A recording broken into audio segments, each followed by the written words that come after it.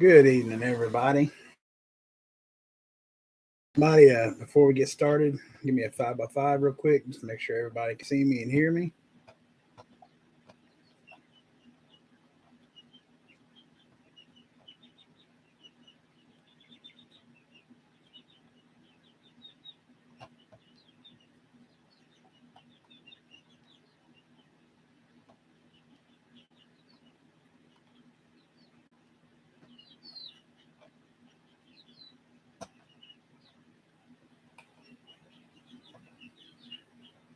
Anybody?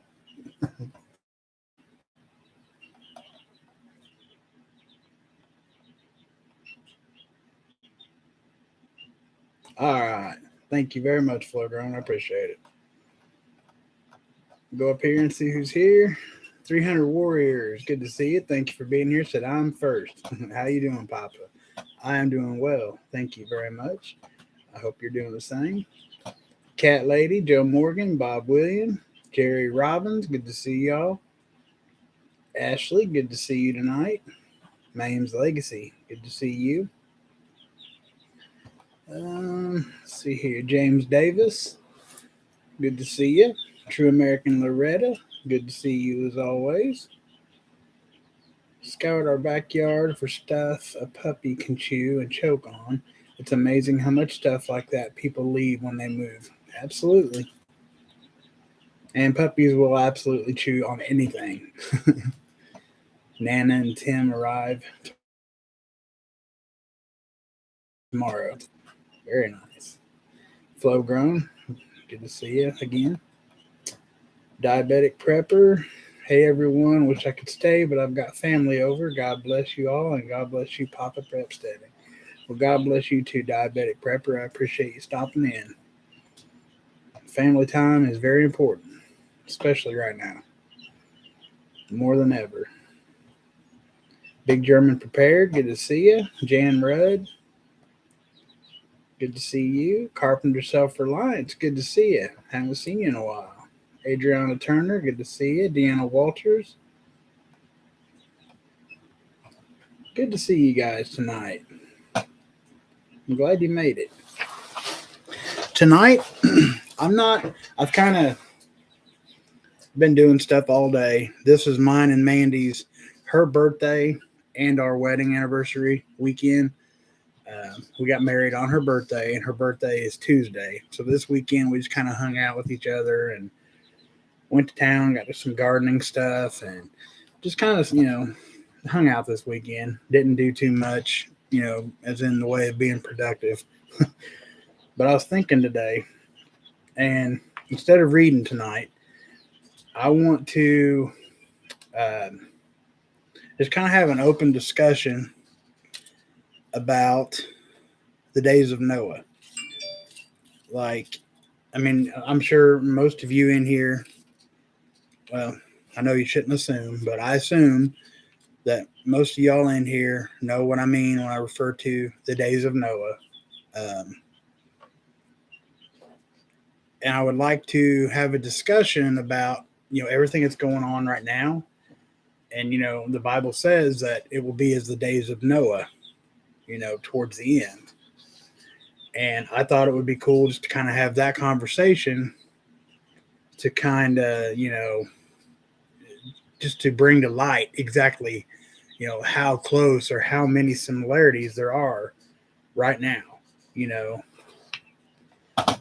Hey, Hutch, good to see you, man. Hope you all are doing well. I've seen your little video about the Know Your Critters. I think, is that what that series is called? About your little roly-polies. Man, we have them everywhere here. Everywhere. Thank y'all for the happy anniversary and birthday wishes. I appreciate it.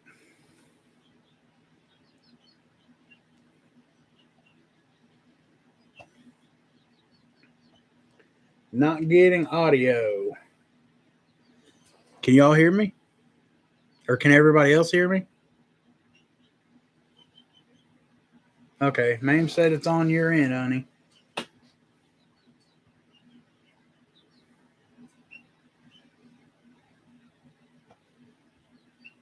Okay. All right, very good.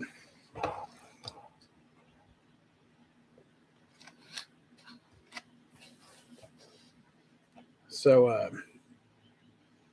I just thought it'd be cool to have that conversation tonight. Anybody, I should have done on StreamYard, to be honest with you. So if somebody wanted to hop up here, they could. But I didn't think about it. I actually set up this live stream. This is the third one I set up because I decided I was going to do it in the garage, in the prep room. Then I got sidetracked, lost track of time, didn't have time to set everything up. So here we are, back in here.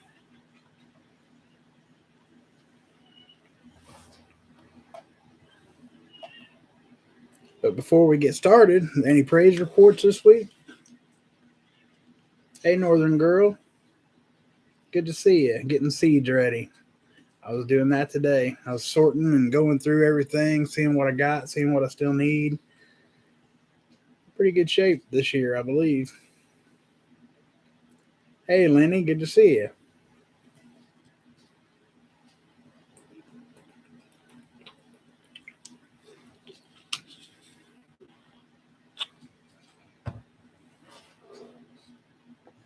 I haven't seen Green Thumb in here tonight, but y'all really, if you haven't been watching his channel, you stay up with him. He's been doing some really good videos about germination and starting your onions, which I'm hoping to get done one evening this week. There's never enough hours in the day. Thank you, Big German. I appreciate that. He absolutely is, Lenny.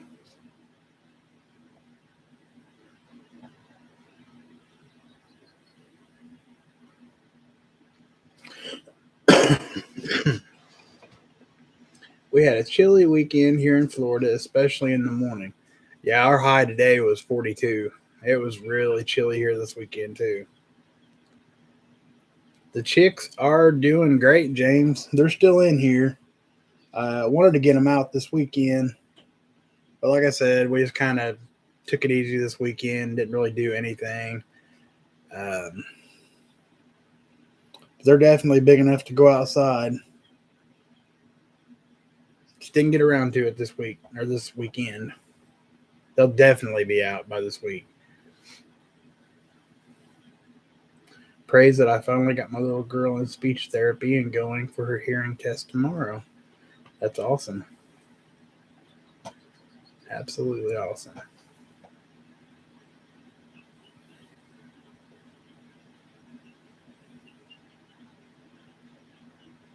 Tommy, heads up. Get all the flour and sugar as soon as you can. Yeah, that's funny you say that because I forget who told me.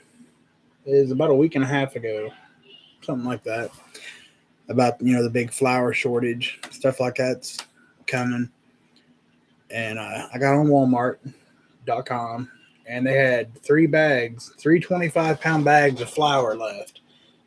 I ordered every one of them. And, the purchase went through, blah, blah, blah. I got an alert like 3 hours later that said they couldn't fulfill my order because they were out of stock. So I don't know if that was just it already been sold and the system hadn't updated, or they just decided, nah, man, we're not selling all 3 of these bags to one person. I don't know. But I'm pretty good on flour. I could use some more sugar. Actually, I need more sweetener, really, not so much sugar, but we're doing pretty good on flour. But you're absolutely right. Get all that stuff you can because it's either going to be non-existent or so expensive you can't get it.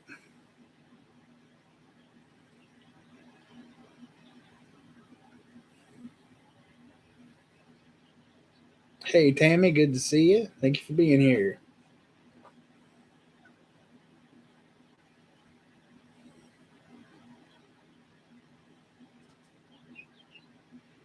Anyone else having trouble finding popcorn? I only found 100 pounds for $50. I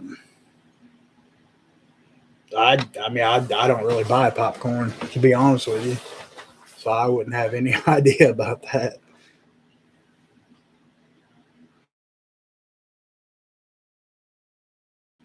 German, mine are right at 6 weeks,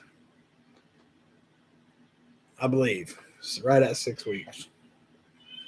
So like I said, they're definitely old enough to go outside. They've got their adult feathers. I just and actually, I'll ask you, Big German, and anybody else in here that does chickens, what is your best suggestion for introducing them into the flock?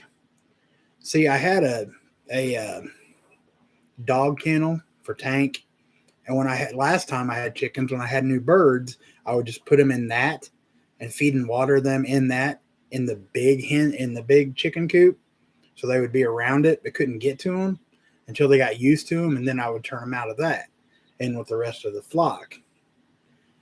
But after I got rid of the chickens, the last time I didn't think about it, and I got rid of Tank's cage because he no longer needed it.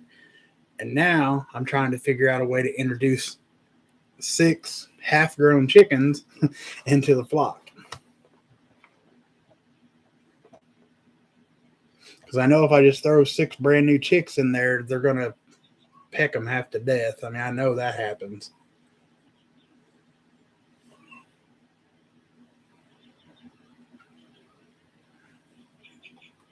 Let's see here. Tommy, are you growing stevia? I am not, Mains. Actually, somebody who just made a video about that. Somebody was made a video about growing sugar cane and stevia. They said they wasn't sure if it was an attainable goal for Southern Indiana or not. I mean, I've never even looked into it, to be honest with you. I don't even know if you can grow it here. I would assume you can. Do it at night. That would make sense while they're kind of dormant. We just leave them all together. I was going to ask you that. LOL. I heard you had 2 waterers and 2 feeders. Yeah, well, of course, I got some of the hens separated out in the electric fence doing their thing. But the rest of the other flock, the complete flock, I got 2 waterers and 1 feeder, just a big pan. Then the other 4 hens have got a waterer. I was wondering if it would be easier to put them in with the 4 and let them get used to it. I don't know. I just can't decide because I don't want to I don't want them hurt, But Tommy, put them in at night when they're asleep so they think they've been there. That might work. I mean, I know you've got chickens coming out your ears, cat lady, so I mean, I'm not doubting you. Generic bread at Winn-Dixie was 79 cents. Now it's $2.29. This is for hot dog and hamburger buns. Oh my goodness. It's not that bad here yet.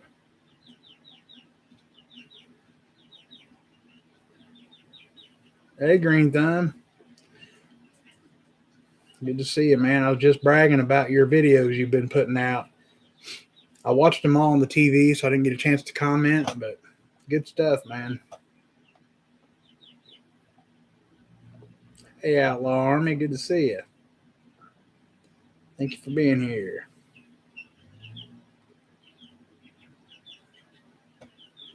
I need to get over to Northern Girl and check her videos out. I have a hard time getting around to everybody.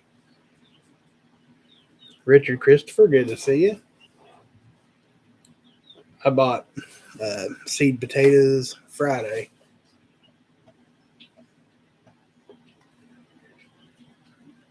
No problem, man. You know what you're doing, and everybody needs to. I was just talking about that. It's kind of funny. We was talking about, a lot of people follow like just specific channels or, like if they don't do it, you're not supposed to kind of thing. So I just told everybody, you need to follow him. He knows what he's doing. I'm not saying don't get any other, sources, but Green Thumb's good. He knows what he's doing. Finally got some free time. I hear you, man. I hear you. Hey, Donna, good to see you. Hey, guys, it's early here on the coast. I had to make myself come inside just to hang out with y'all. Well, I appreciate that. Can potatoes be grown indoors? Man, I don't know.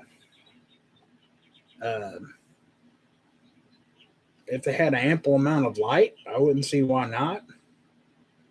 I mean, that's just my opinion.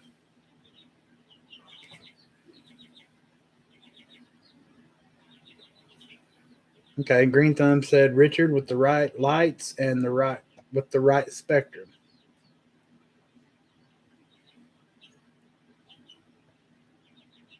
Bargain Hunt has my old man eyes ain't working tonight. Bargain Hunt has 5 pounds cornmeal for $1. Goes out in May, but you can freeze it. Absolutely. I wish they had a website that would ship that stuff. No problem, Sean.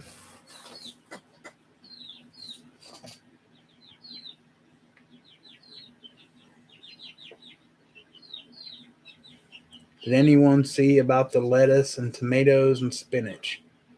I did not. If it's anything that's happened this weekend, I've been away from everything. Just hanging out with the missus this weekend. Potato leaves need sunlight or grow lights. Absolutely.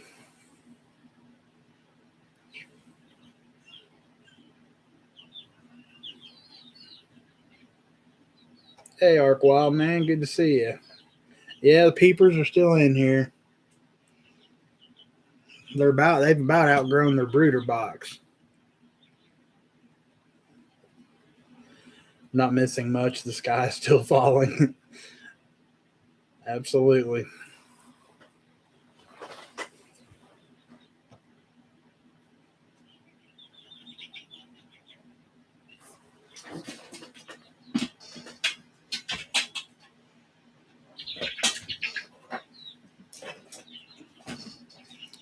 Guys, I've got a situation, and I'm hoping maybe between Sean, Big German, Cat Lady, maybe you guys can help me.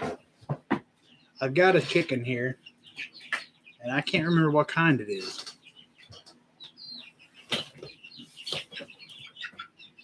Come here. Come here.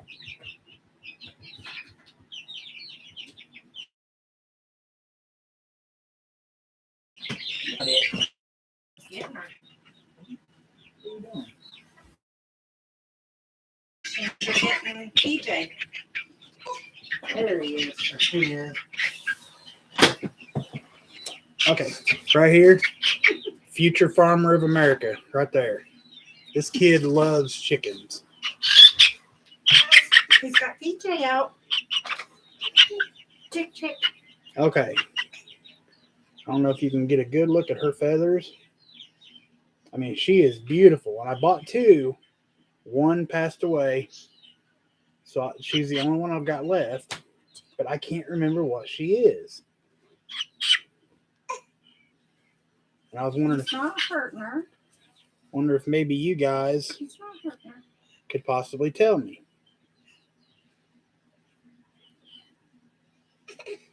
That's PJ. Yeah, I mean, she's beautiful. They're telling you happy anniversary and happy birthday. Thank you. She wants to pet her. Let her pet. Give her a kiss.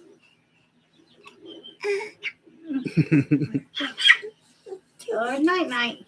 I don't think it was Americana. I can't remember, but I don't think it was. But I mean, she's beautiful.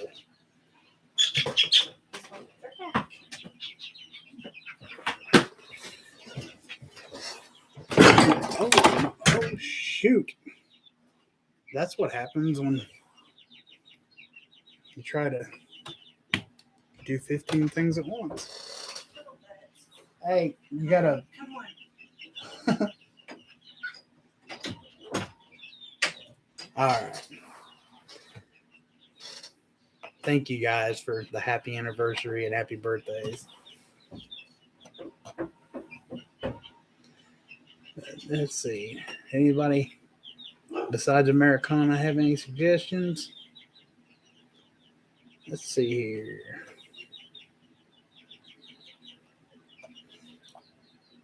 Ark, you could be right, brother. It might be Americana, but I really don't. I don't remember them having Americana because they all came from Rural King. And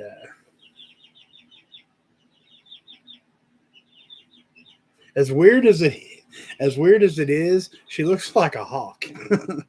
I mean, like, no, I've got Rhode Island.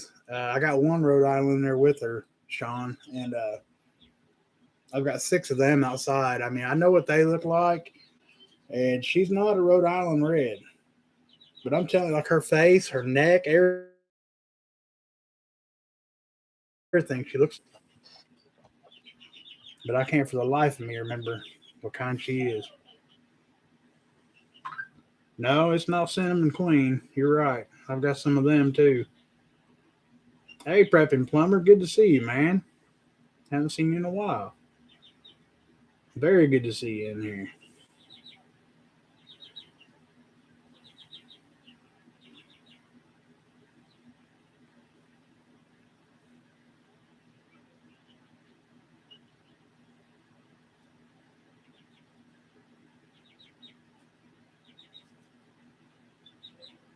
Been making a cabin at the farm. We going militant farm quick.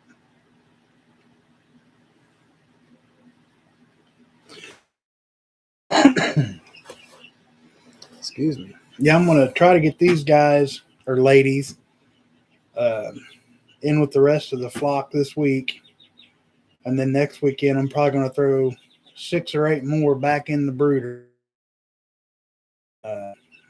Make me another trip to Rural King. Right, and Tractor Supply. Tractor Supply is having their chick days right now. Which, if you buy at Rural King, you have to buy 6 at a time, which that's fine with me. You only have to buy, I think, 2. 6. But I'm gonna throw 6 or 8 more in there next weekend, and that'll give me right around close to 30 birds, I believe. So, see, Donna, that's what I thought. That the golden laced Wyandotte. I definitely think, I'm pretty sure that she's some kind of Wyandotte, and she does look like a golden laced. And I remember them having some Wyandottes there, but and it is Rural King, so you gotta take it with kind of a grain of salt that they're even marked correctly. Usually I can tell, but that's kind of was my thought, was maybe a golden laced Wyandotte. And they're beautiful birds, beautiful. I like the lavender. I think it's lavender lace. They're really pretty.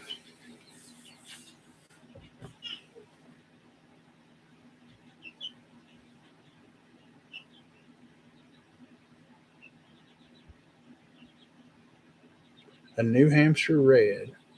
I've never heard of those. Does anyone know how many acres of wheat do I need to plant for a family for bread? I would have no idea, brother.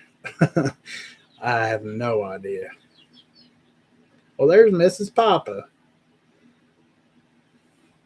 Good to see you. I ran a chipper and excavator all weekend. Got my spot level and graded. Calvin will be there soon. Got cows, pigs, laying chickens, and meat chickens and rabbits. That is awesome, man. Very good job, Plumber. That's awesome.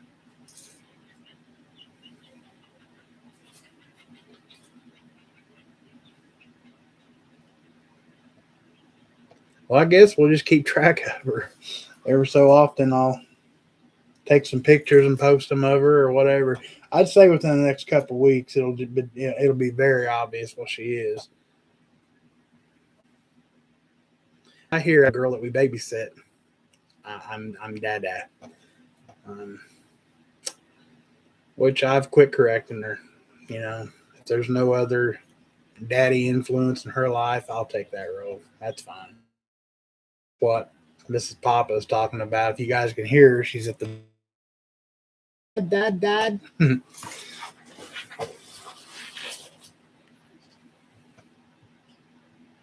Hey, Vandal, good to see you, man.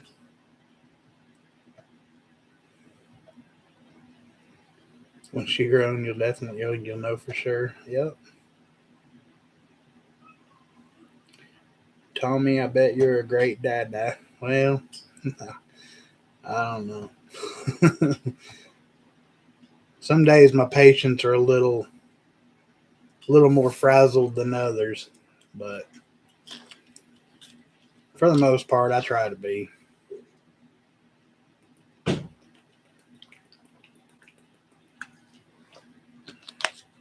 Plumber, dude, that is awesome.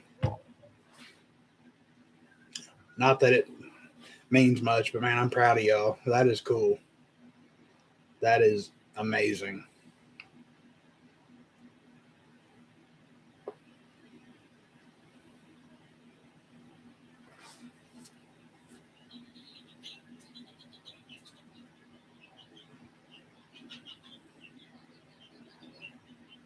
Tommy, I'm named to everyone shorter than me. Yeah, I don't know how many nephews and nieces I got.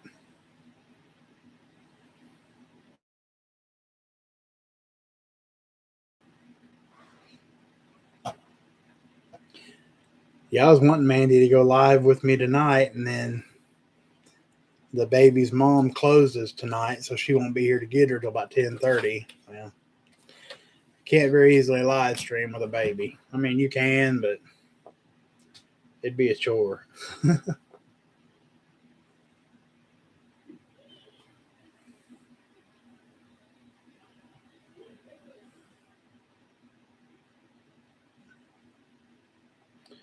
And green thumb on those bunching onions, you said 10 seeds in a cluster. How much space in between clusters? Excuse me.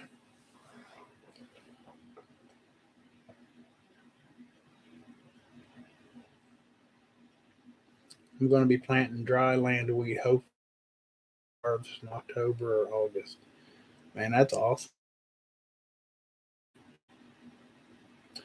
Donna said you get about 2,000 pounds of wheat per acre, and each person eats about 180 pounds of wheat a year. I hope that helps whoever asked the question. Thank you, Donna. I appreciate that.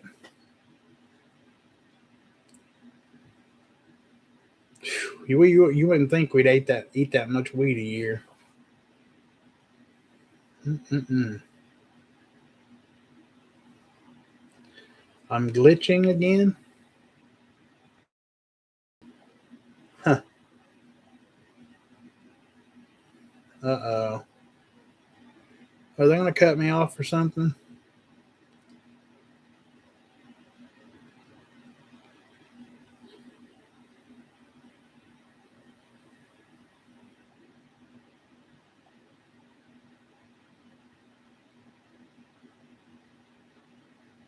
We'd never stop praying for you and your mom, Northern Girl.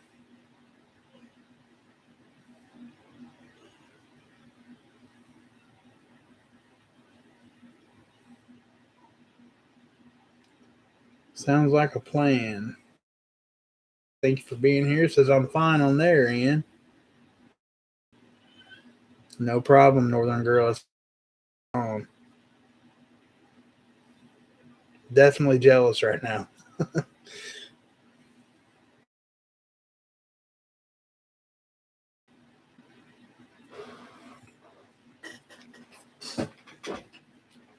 Oops.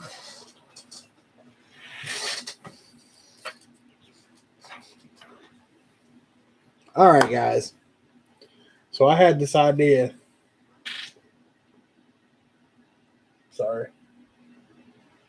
Okay. Like I had this big idea about, but I'm not really good at kicking off discussions. So I know I want to, do comparisons and just chat about, what we're going through right now in these times and how it just runs parallel with the actual days of Noah. And again, I think I told you guys about it once before. If you have Amazon Video by chance, there's a series called The Days of Noah. It's a 4-part series. And man, it is an eye opener. They throw everything out at you. They put everything like down to the exact dates, like complete timelines, and it's really good. Or you can probably find it on YouTube as well, I'm sure. But I just thought that sounded like a good conversation to have.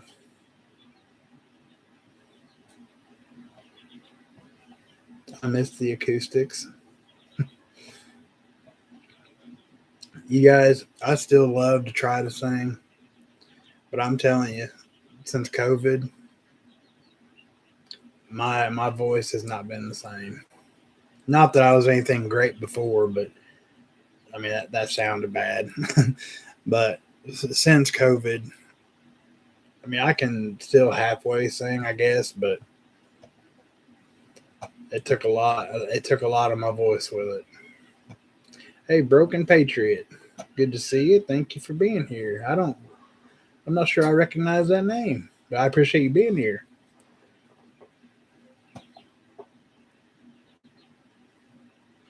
The Days of Noah sounds like a plan. It's like I said, it's a 4-part series. Each part's roughly an hour and a half, but it is. I mean, it's so good, and it opens your eyes to so many things, and but it's all biblical. I mean, they don't go off on their own, theories and whatnot. It's biblical. So I mean, I would recommend anybody watch it.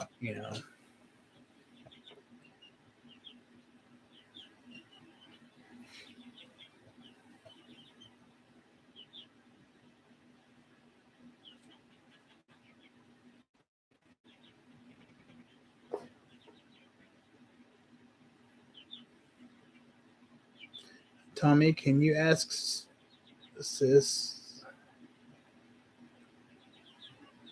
Hold on a second. Tommy, can you ask sis? I have a Moses stick. Oh, okay. A Moses stick because of my mean turkey keeps coming after me. LOL. I've got, I mean, you guys have seen them. The little bamboo rods, like 4 feet long, you can buy in bundles at like farm stores to make trellises or whatever out of. I have one of those that not that the chickens don't like attack me or get after me, but I just tap it on the ground behind them to get them to go where I want them to go. It works pretty well for the most part. But I know what you mean by a Moses stick.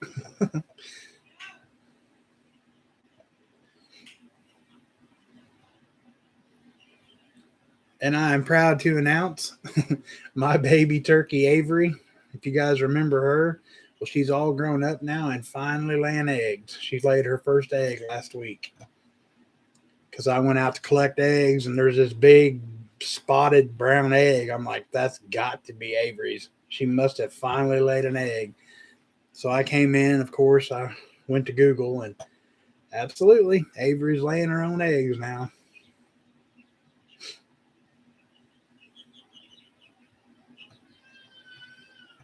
Mames ain't kidding around. She breaks the whips out on them.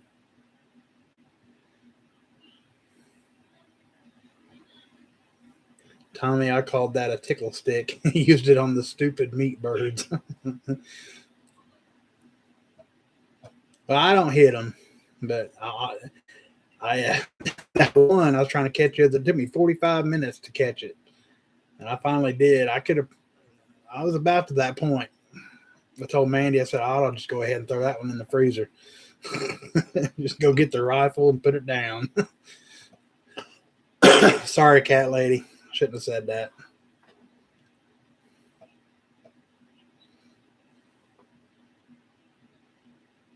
See, I've never tried a turkey egg, Donna. I mean, it's in the refrigerator. I mean, but we haven't tried it yet. Hey, Rob, good to see you, man. Glad you made it.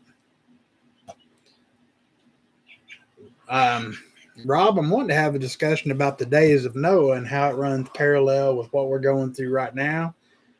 But I can't seem to get it kicked off, and I keep getting sidetracked on farming and chickens and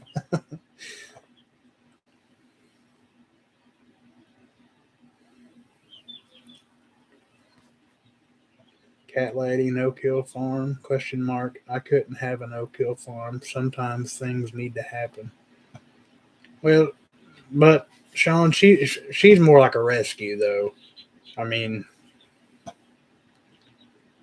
because I think we went through this like last week or week before last, because we kind of had a discussion about her being a no-kill, and that's what I'm raising. Like I was talking with Mandy just today or yesterday, and we was talking about the price of feed, chickens and everything, and as long as they're producing eggs for us and stuff. Right now, I'm not, necessarily looking to put a bunch in the freezer. I mean, as far as meat goes, we've got a good amount of meat right now. But if it hits the fan, that's why they're there. Worst case scenario. That's why I'm wanting to build my flock up, so they start, hatching out chicks on their own. And if we don't need, I can sell some chicks or just keep them growing. And, but we was talking about the meat birds, Sean, that you had, and said that they would eat you out of house and home. If you let them, I think it was you. I was talking to somebody about meat birds and how, like, right at 7 weeks, they're ready to go in the freezer, because after that, you're just throwing money out the door. And I'm not trying to throw a bunch of money out the door.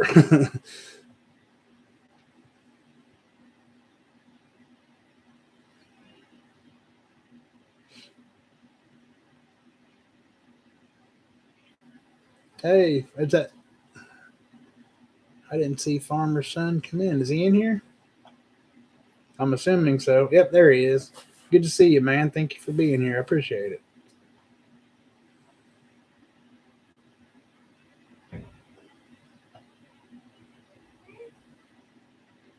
I'm the same way with chickens. They are considered pets and die of natural causes. Yeah, I've yet to put one, down to put in the freezer, but I mean, worst case scenario, that is why they're, here is I will give them the absolute best life I can right up to that day. Don't get me wrong. I'm not mean to my animals. I, give them a good diet, do everything I can for them. But it comes down to it, if it's them or me, I ain't going to starve when I got a whole flock of birds out there.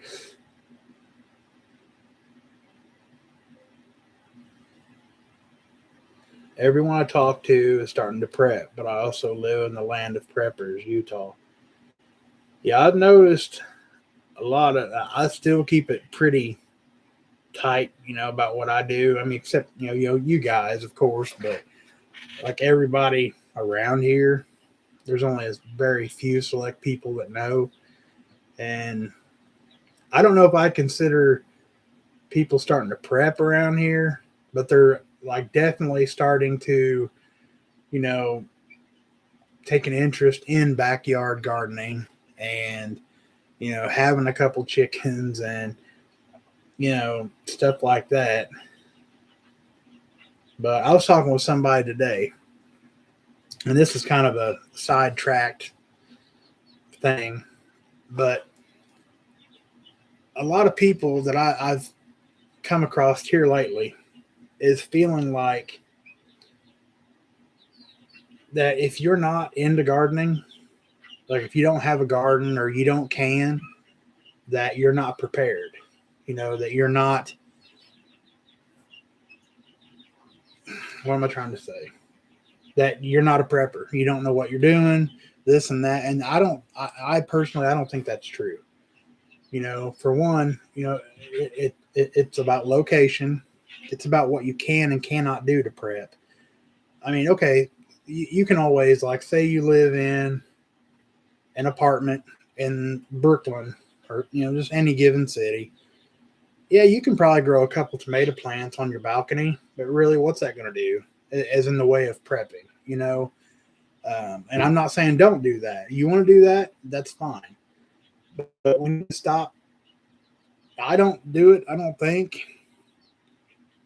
But a lot of people are making, like, the non-gardeners and non-canners and, kind of making them not feel bad because they know what they need to do to prep. But they're making them feel like, almost like irritated, mad, because they're not considered preppers because they don't grow food and they don't can food or, raise animals and I don't think that matters. What you need to do to sustain you and your family. What you're able to do and what you can't do.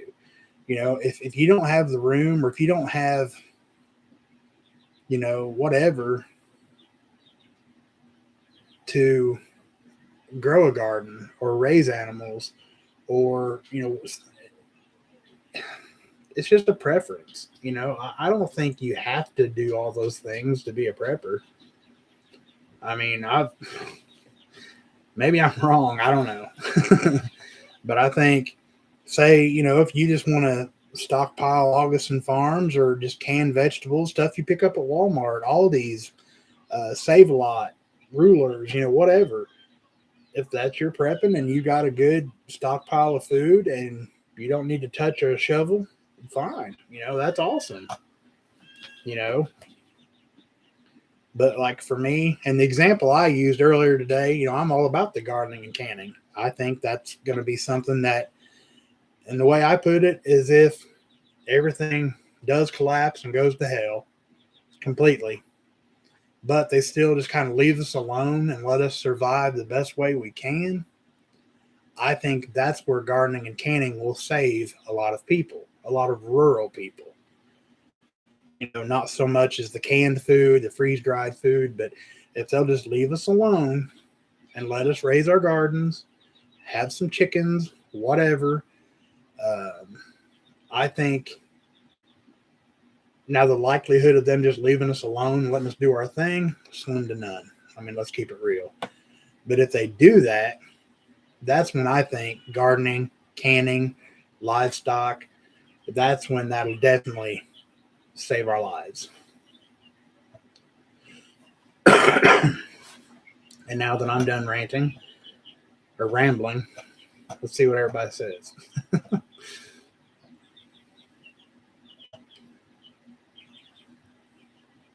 Boy, I missed a lot.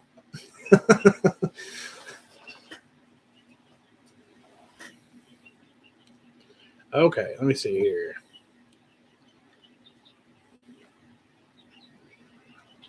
Excuse me. Sound like a plan. Around the animals.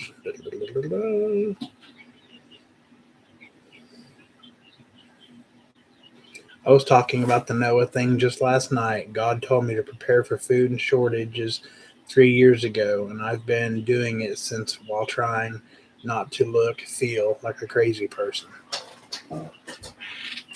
I don't think you should ever feel like a crazy person because I'm telling you, I honestly believe here in a couple months, when everything is just like, because I have no doubt, Dummy came out and said it publicly.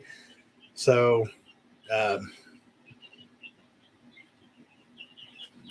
I think the panic buying, if it hasn't already, is really going to hit very big here in the next couple weeks. And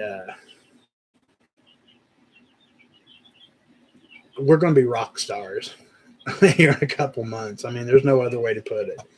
We're going to, we're going to be the ones that, and of course, I've never been the kind of guy that's going to be like, yep, I told you. Nope, I ain't giving you nothing to eat. I told you 2 years ago.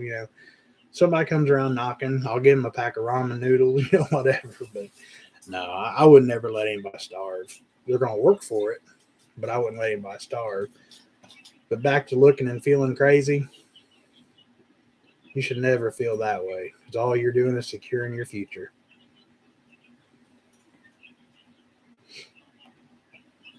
Let's see. I'm seeing gardens getting prepped in many yards. Yeah, people, I've never seen a garden. They're actually, out there tilling up their yards, or, tarping off their yards, or putting down weed barrier. And I mean, it's awesome to see. Actually, my daughter's boyfriend, him and his mom decided literally today, that they was going to start with a big garden this year. And they decided all this today and contacted me wanting to know how to do it, what to do. They want to start the seeds now, so they're ready to go for spring when it warms up. And they went today and got the trays, the starter pot. I mean, everything, got seeds started, everything today. And that just makes me so happy, knowing that somebody came to me, for one, for advice, and for two, they see it. They said the prices are just getting so high, and they're totally on board, and didn't have to say a word to them. It's like, took long enough, but but it makes me smile ear to ear when somebody, yeah, we're starting to garden this year because times are just getting rough. It's almost like a relief to see people getting on board. And don't dare tell them that they're becoming a prepper. I'm not crazy.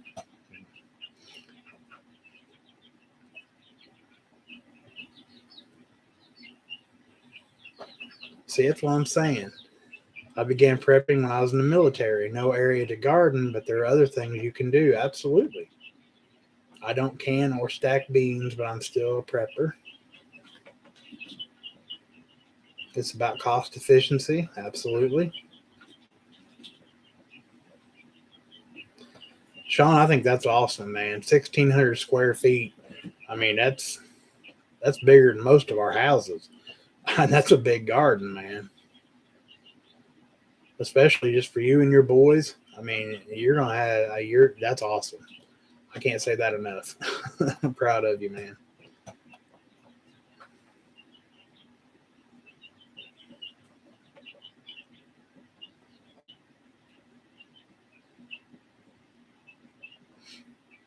Let's see.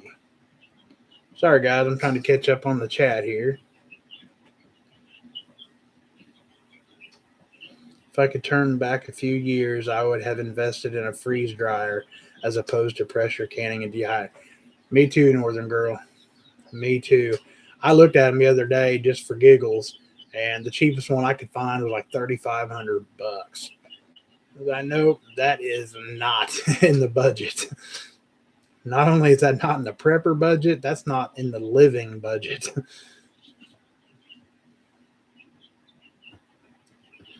Canning even grocery store food is financially on the budget for a lot of people. That's absolutely right. And I did that last year on my green beans because our beans they went to pot. I mean, they didn't do anything. They vined a little, but no beans, didn't produce anything. So I just went to JC and got fresh green beans. We sat and broke them all up, and we canned those. But notably, last year is going to be a lot cheaper than this year. Notably, I used that word completely wrong. Anyway, not a good day for words, guys. I'm tired.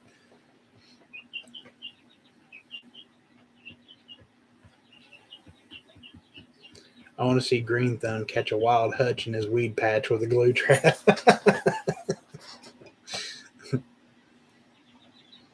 James Davis, that's right. You have to stock up what you plan to consume. Absolutely. Like I'm trying to grow stuff this year the girls don't like, but I love. I've got okra going. I love okra. They don't like it. I'm doing Brussels sprouts. I love them. They don't like them. So I don't have to do a lot, but just enough to, if I want them, they'll be there. And we are doing some stuff just for fun.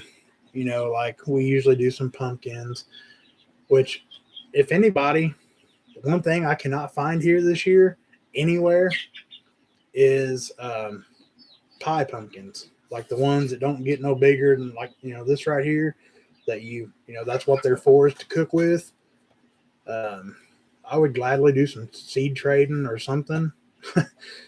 They're non-existent here. You can get the big giant pumpkins and all that stuff, but as far as just little pumpkins for pies and whatever,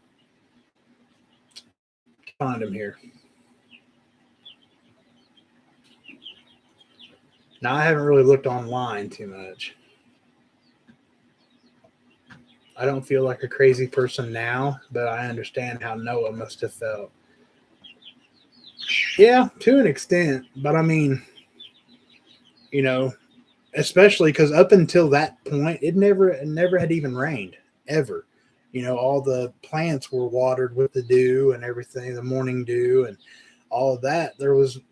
It had never rained. Everybody was like, "You're out of your mind. You have no idea. You're absolutely insane." But and of course, when God sealed the door to the ark, they sat there and they sat there and they sat there, and it was 7 days. Then the rain started falling. So then that's when everybody was like, uh-oh, because they'd never seen rain before. So they knew everything that he said was absolutely getting ready to happen.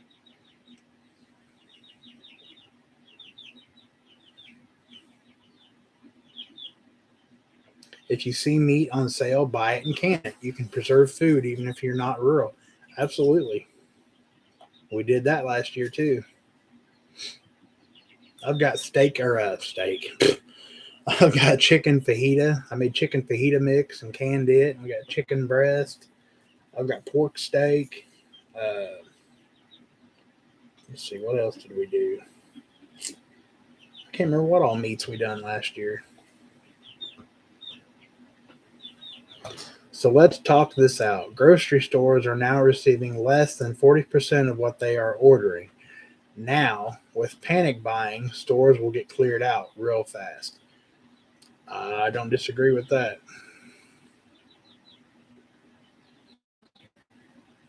Stores are getting cleaned out in places that isn't all shipping or the government. It's a lot of people freaking out and overbuying oddball stuff. And that's true too. And that comes right back to, if you're not going to eat it, or if you don't like it, don't buy it. Don't take it out of somebody else's mouth, because that's really all you do.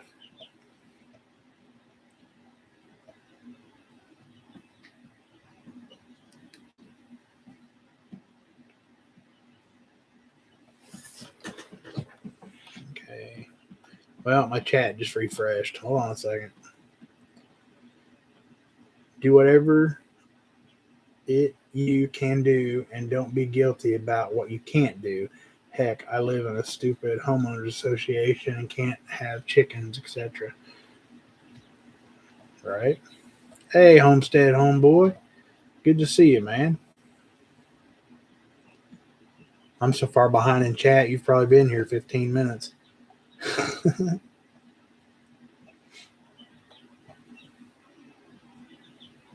Let's see.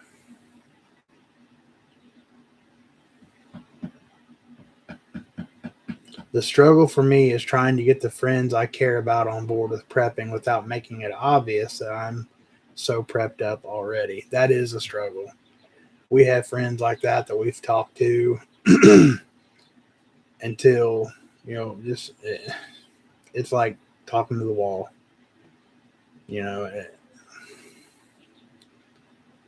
There comes a point where you just, you tried, and that's all you can do. But it's heartbreaking knowing what they're going to go through.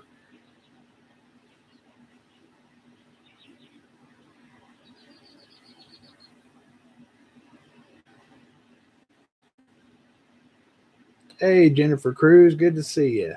Glad you made it.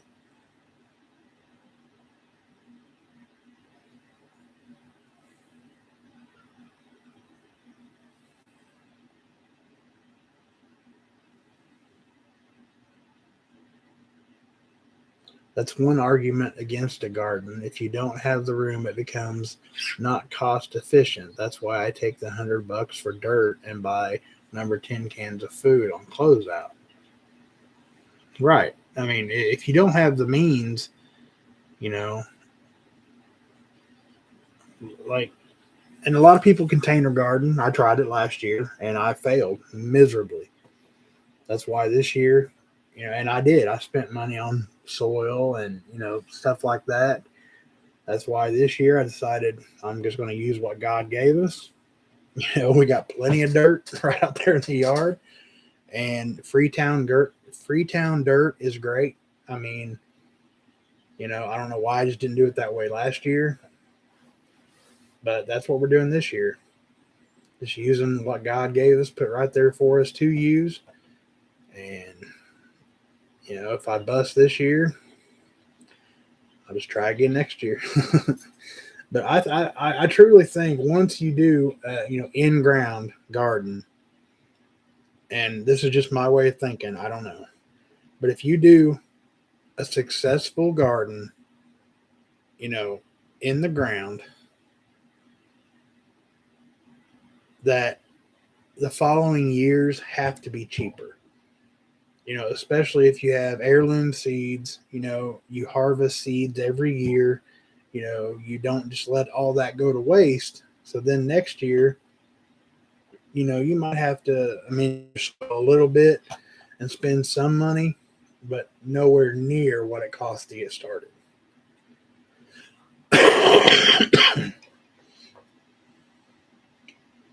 Like I said, that's just me.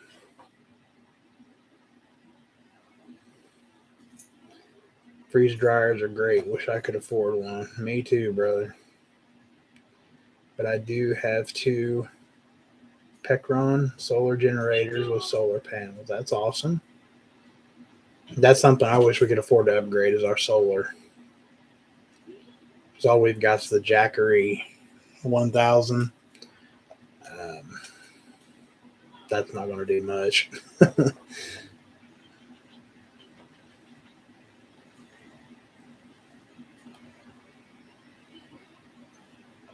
Sugar pumpkins. I have a bunch of seeds. I'll send you some. Mames, that would be amazing. I would appreciate that. I don't know if that's what they're called, but like they're just the little bitty pumpkins. Like they, just the ones people use to make pumpkin pie, pumpkin bread, whatever. I can't find those seeds anywhere here.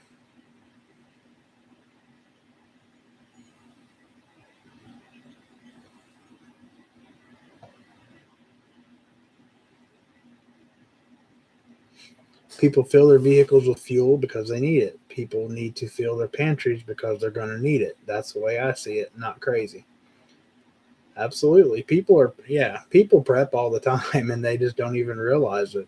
I don't know if they don't realize it or they don't want that label, because they sure are worried about prepping their finances and, the fuel in their car and car insurance. I know a lot of the creators have went through these lists. People are preppers and they don't realize it. Going to work every day, that's prepping for your future. You don't work, you ain't got much of a future. Or if you don't have some source of income, you ain't got much of a future. So everybody preps. It's just we've got a bad reputation thanks to social media and Hollywood.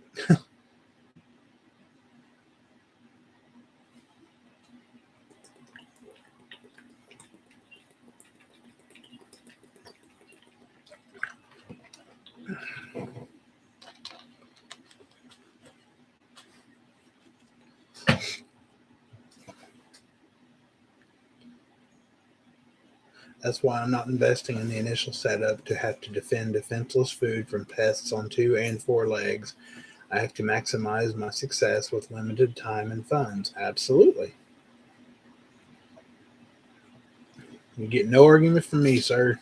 That's what I'm saying. Everybody knows what they can and can't do, what they need and need not do, and they know what they need to prep to survive. there's no set of rules, you know. I mean, there's just not. I'm trying to think of something. I don't know. I can't even think of nothing right offhand, but it'd be like me going out and buying 100 pounds of whatever, knowing daggone good and well, none of us is ever going to eat it unless we were just absolutely starving, or whatever, when somebody else could have it. It don't make sense to me. Hey, Rev, good to see you, brother. Haven't seen you in a while.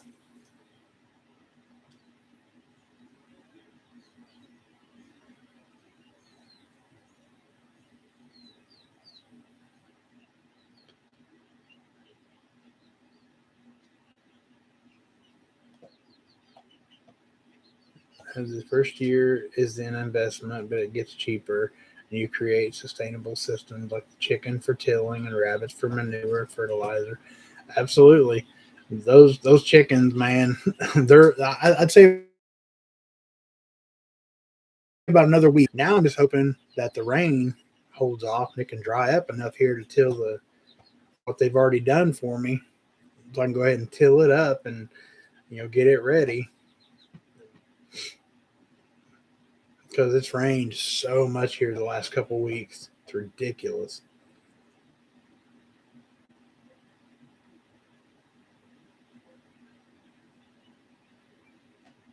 You absolutely would, Joe. If there was a set rule book to prepping, I guarantee it. Normies think prepping is beans and bullets. Yeah, and band-aids. You're right. That's what people think. Or they think they walk into our house, it's like an episode of Hoarders or something. Or that doomsday preppers crap that used to be on. Because you do what we do and you go back and watch an episode of that is so unrealistic. I mean, there's no way. Absolutely no way you could do that stuff.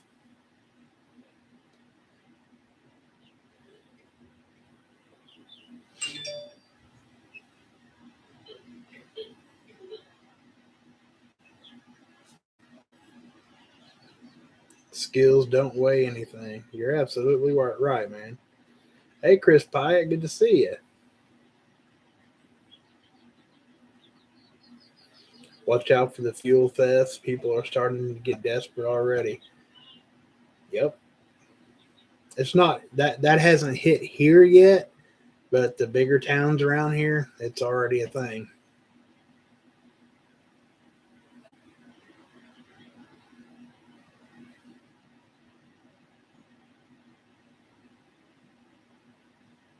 Oh, I was going to show you guys. See, I still ain't got the days of Noah because I keep like I'm a squirrel, like, oh, shiny, and my mind goes over here. Some days are just like that for me. It's all part of it. That's what I'll say. I know last week we've been talking about Bear Independent.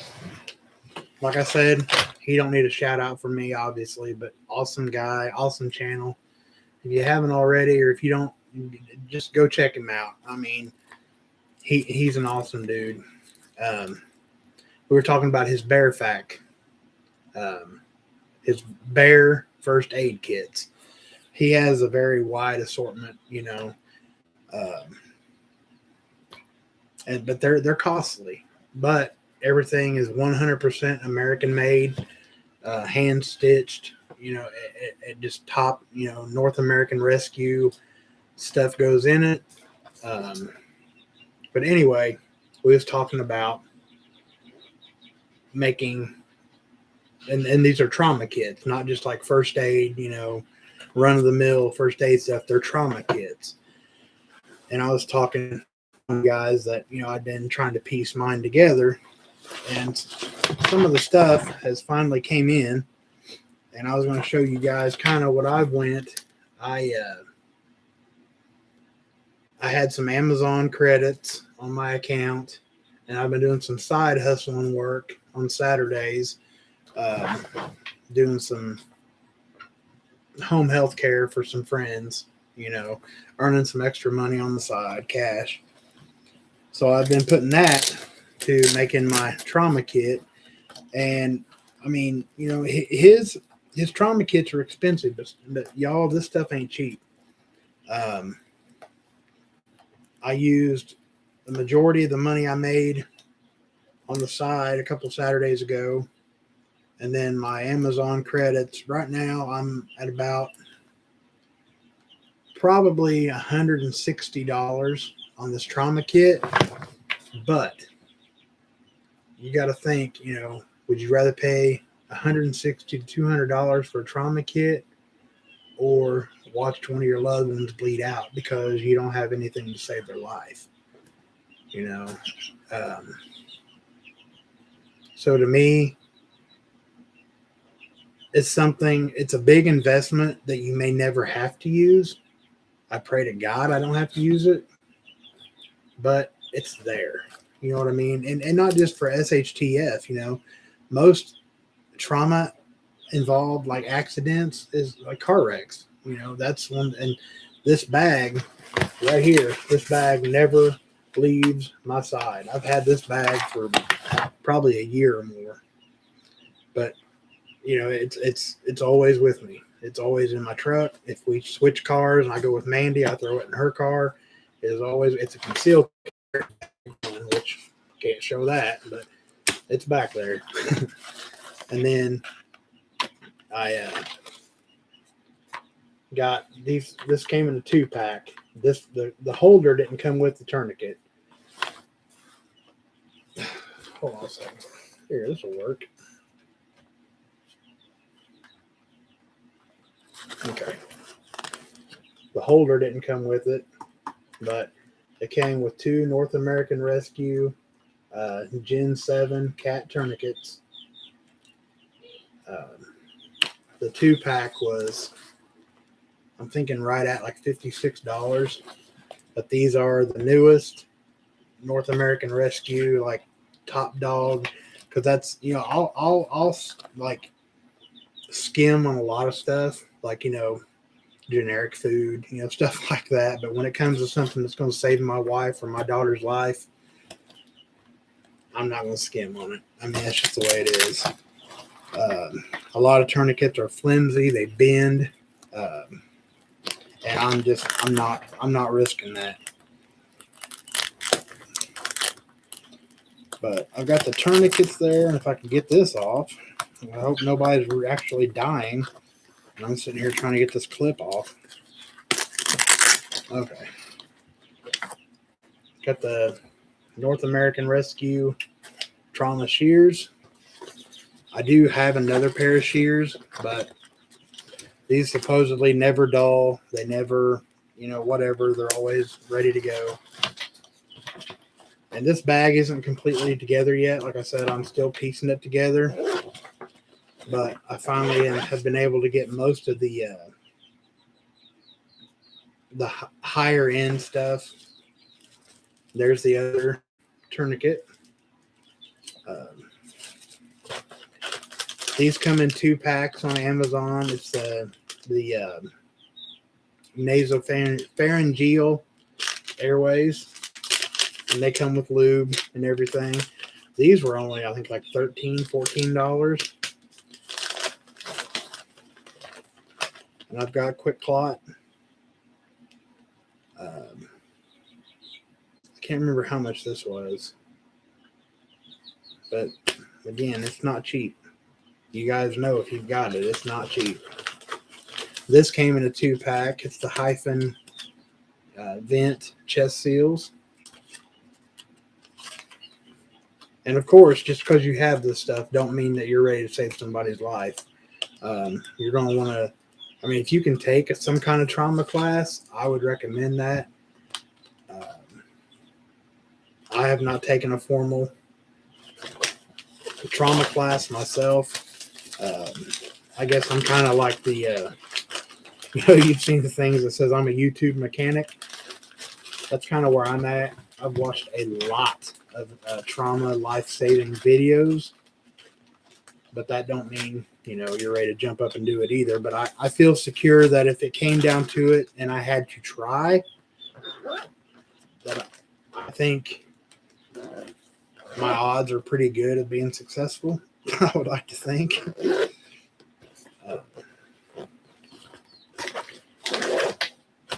And then these just came in today. The Swiss Safe compression bandage. You've heard of the Israeli bandage. That's what these are. And they came in a 2-pack as well. And I think they were right at like $30. And that's all I've got in here in the way of trauma. I need to get more gauze, non-stick gauze pads, surgical tape. I've still got to put a Sharpie in here to write on the tourniquets with. But the high dollar, the stuff that, like I said, I hadn't never gotten because I didn't have the extra money. I've been blessed lately with some side work and stuff, like I said. So that was the best thing I could think of. The way things are shaping up right now, globally, you never know. And like I said, just even driving back and forth to work, or just going out on date night, we could have a car wreck and I could possibly save one of their lives, But this bag, like I said, I never go anywhere without this bag. It's always in my car. It's not really a get home bag, but it's definitely my, I guess you call it an EDC bag. But it's got I've got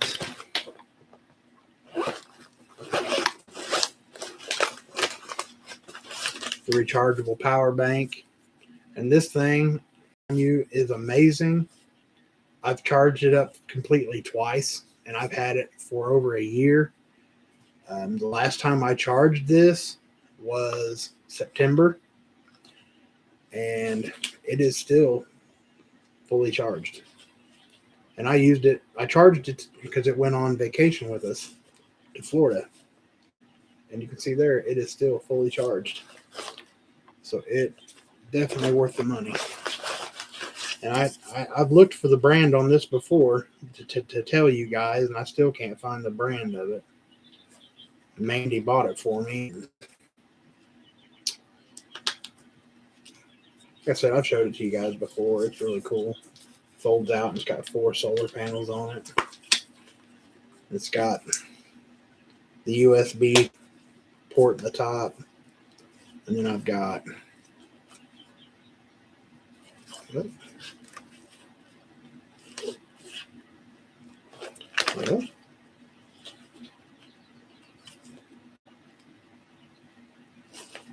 okay, anyway, the light's not wanting to come on. But it also has a light on it. So like I said, I just wanted to show you guys that and give you an idea of, if you're wanting to make one. And I think Bear, like the IFAC, and I hope he don't track me down and, murder me or anything, because he's a big boy. But his Bear fact, I think they're right around, I don't even give a price without being exact. But me putting that one together is considerably cheaper. But I'm not knocking his at all because they are like 100% made in America, hand-stitched bags. I mean, they're amazing. And now that I've completely got sidetracked, let me jump back over here again. Yes, absolutely. And Bears, if you do use it to save a life, he replaces everything in the kit for free. Absolutely.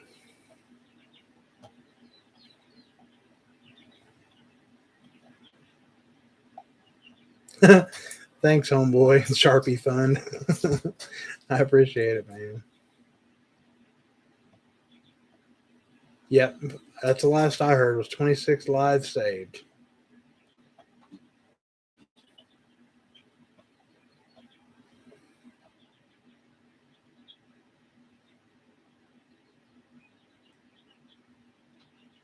There's nothing wrong with cheap gear. Don't let stuff discourage you. But if you can afford good gear and use it, don't cheap out.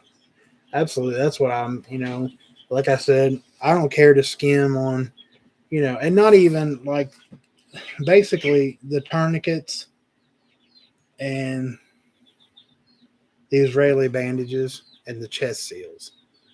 I think are the three main, like, because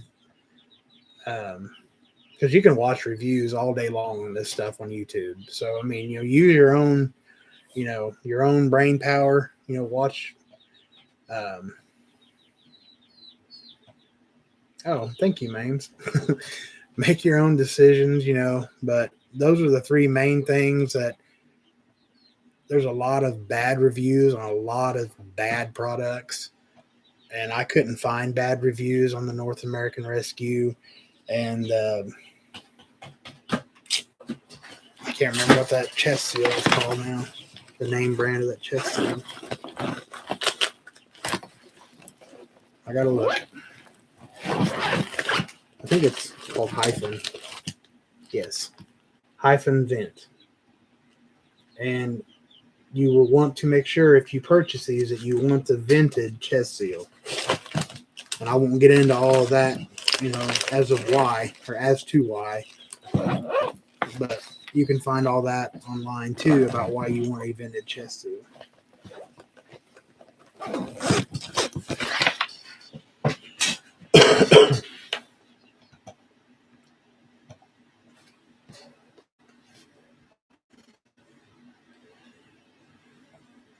I had that same little solar charger, top solar charger power bank. It's on Amazon for like $44.95 right now. Definitely went up since I got mine years back. Yeah, I think she paid like $35 for it for me last year, so it's went up about $10 just since last year, and that was one of my Christmas presents.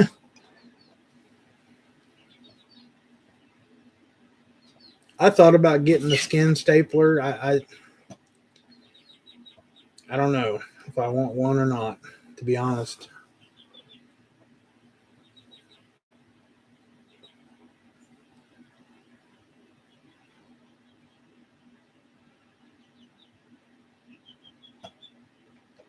Wait, what is it?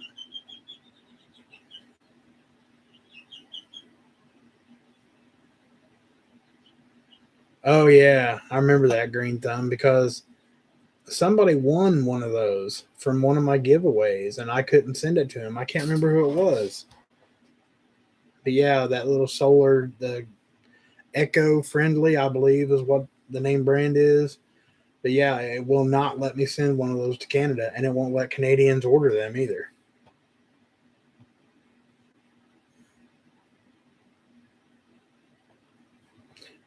James, don't get discouraged, man. Like Joe just said, what you can afford, that's that's better than having nothing. Like I said, I was blessed. I've been working odd jobs on the weekends, and I had Amazon um, points from where I've ordered Augustin and stuff like that, and I couldn't think of better use, than first aid trauma, to save somebody's life possibly. Um, so don't be discouraged. And out of all that, the absolute one thing, if I were you, that I would not skimp on is the tourniquets, because a lot of companies. Let me take this one. Turn this light back on. That was pretty helpful.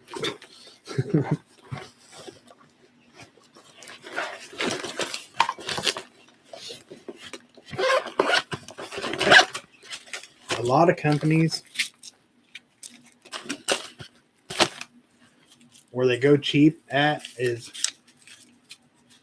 these will be a lot narrower, and I can't remember what the twist thing here is called for the life of me, but they'll make these out of very cheap material. So when you go to, tighten it up, these will bend and twist. And then if the strap is too narrow, that causes more damage than the actual wound. So the one thing that, my advice is, if you to get by cheaper on the other stuff, please do not skimp and try to use a generic off-brand cheap tourniquet.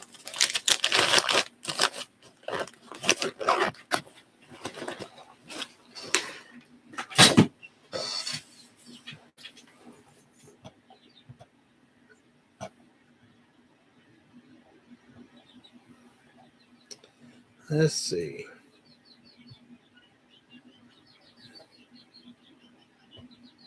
Okay, it was Northern Girl that wanted to install lights.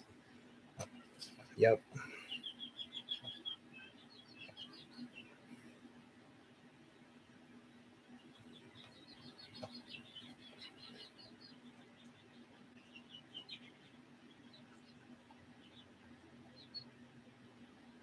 She's poor like me, just put duct tape and a sock in it.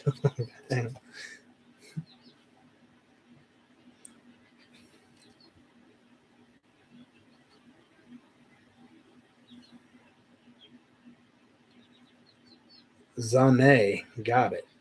I heard she was an undercover Fed. Not sure if that's true or not.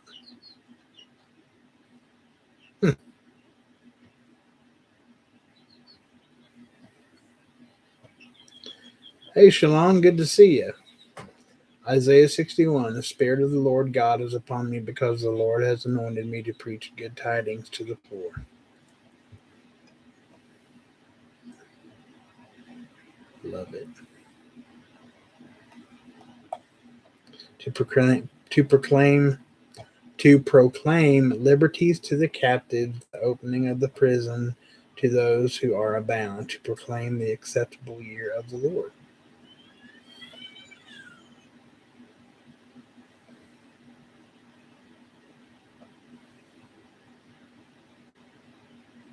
Zane is not an undercover Fed. I haven't saw Zane in a very long time.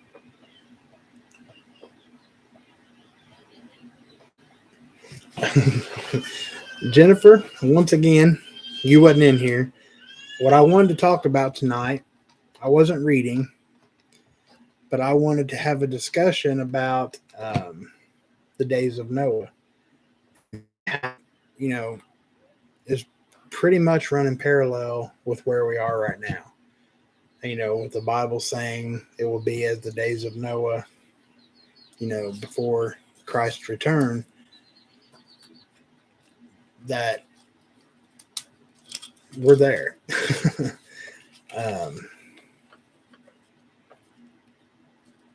But like I said earlier, I'm not good at actually starting discussions, but that's kind of what I wanted to talk about. And then I keep getting sidetracked. Was talking about gardening and chickens and first aid, trauma. But that was my plan for tonight.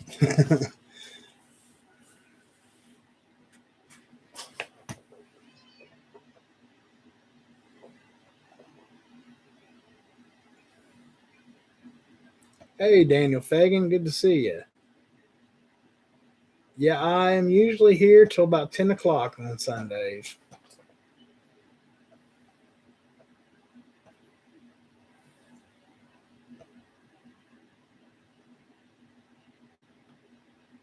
Let's see, what else did I miss up here? Hey, John Mack, good to see you. Thank you for being here. Most important prep, get right with the Lord, or get right with God. I'm sorry. You're absolutely right, sir.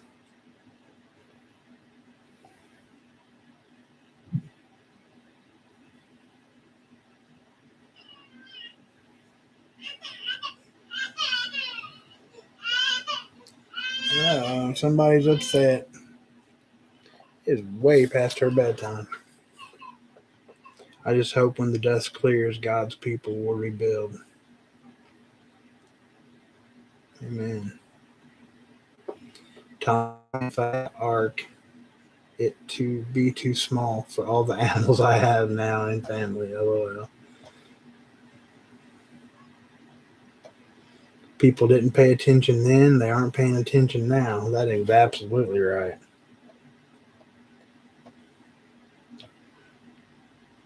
Leslie Lindsay, good to see you. Thank you for being here. Says the days of Noah, so much wickedness that the Lord cleaned the earth except those on the ark.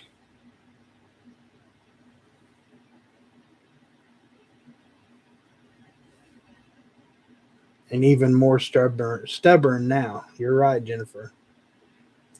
Because like I said, back then they thought Noah was nuts because up until then it had never even rained. There was no such thing as rain. And then, God sealed the ark up and they sat there and they sat there. And then on the seventh day, I believe it started to rain. And that's when everybody was, they knew it was too late.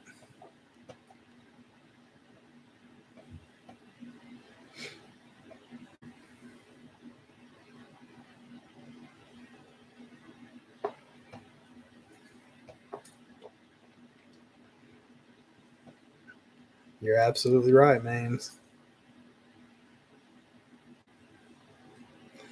And I was going to do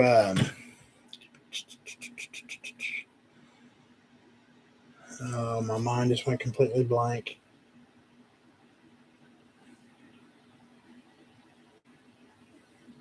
I think it was the book of Isaiah. Hold on just a second. Yes, book of Isaiah, chapter 13 and 14. That's what I was going to do tonight. And then after I thought about it, I came up with a discussion about Noah. Because Isaiah 13 and 14, it runs parallel right now as well. I mean, there's so many things playing out right in front of us. And there's so many people that are still, like Jennifer just said, still curse God. Like, seriously? And then that's exactly right. Just for the Catholic folks out there, the Pope did what the popes before him never did. But hopefully it wasn't too late. Look into the Fatima secrets.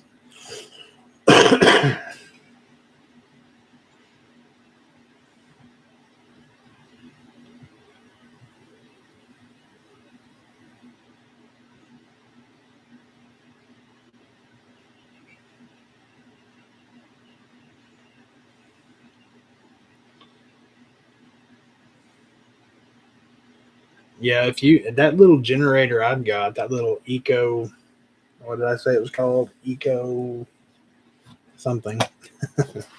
They're really nice. I mean, I've taken that thing catfishing. I've used it outside at night. I mean, they're awesome for $55. You can't beat it.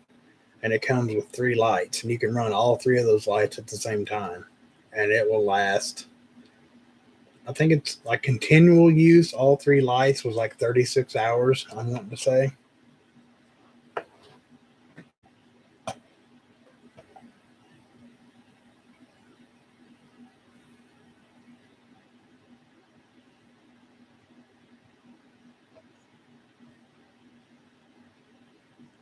I have been to the Ark, Shalom. The Ark in actually that's only like an hour and a half from me, something like that. Um, but it's amazing. It is absolutely amazing.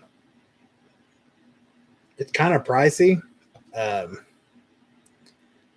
to me, it's kind of a lot more expensive. I can't remember now how much it was, but I remember when we went, and it's been 3 years ago, I think, 2 years ago. It was when it first opened. But the admission is kind of pricey for no longer than it takes to see all of it and go through it. But still, that experience is amazing. I mean, you're kind of in awe, just walking up to it. It's amazing to think that one man, you know, wow.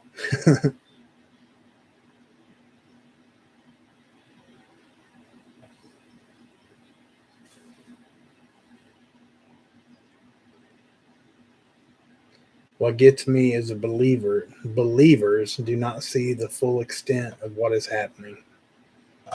You're right.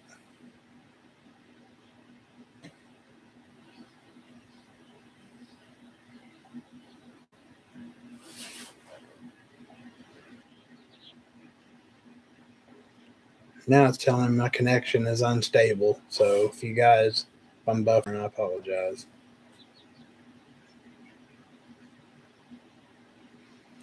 We were told this would happen. It's still hard to see with our own eyes. You're right. It's heartbreaking.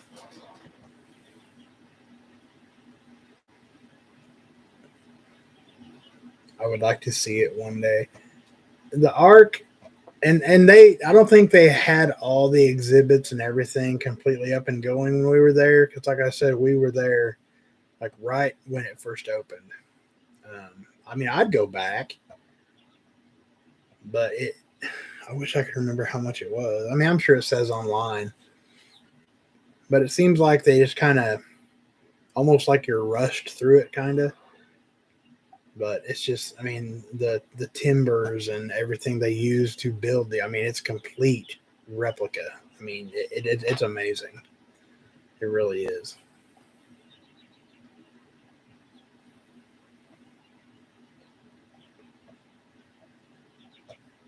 I did not read tonight, Chris. I was just having a discussion tonight about the days of Noah, and I just I didn't read anything tonight.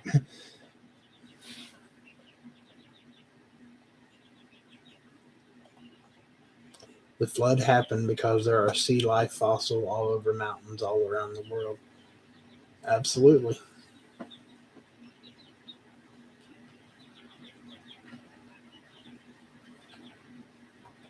Mame's people have been worshiping the ways of the world, not the ways of God, and we will be punished.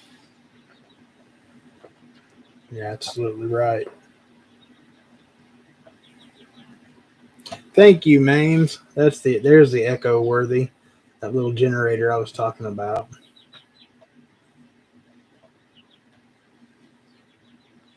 Oh my, green thumb. Does anybody right off the top of their head know the measurements of the ark?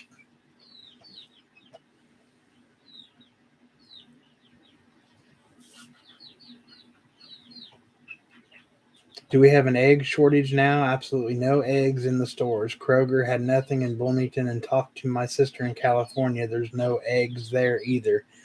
I know the bird flu is back, Danny, and I forget how many nationwide, how many chickens have been killed. But I know here in Indiana, I think currently we've lost like 40,000 turkeys.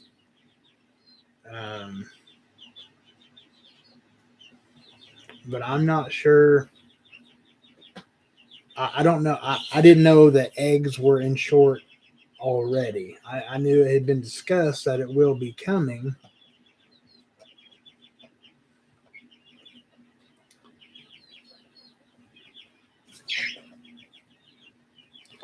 There we go. The ark, 300 cubits, which is 310 feet long.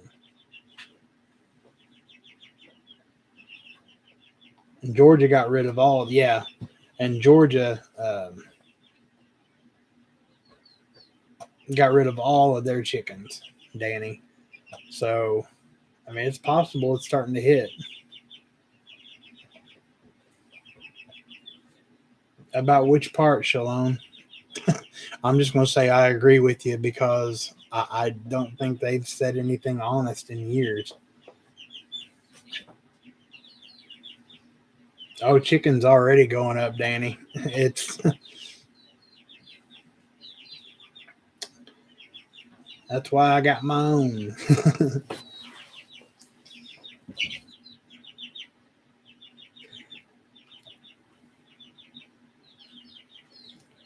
Okay, the ark, 300 cubits, which is 510 feet long. And then it's 50 cubits, 30 cubits by 50 cubits by 30 cubits. Thank you, Phoenix and Maines. Eggs here at the store are like $3 or $4, and that's Joe. I think Northern Girl asked how much a dozen eggs here in Southern Indiana are. Excuse me. If you get them at Aldi's, they're still like $1.29, I think.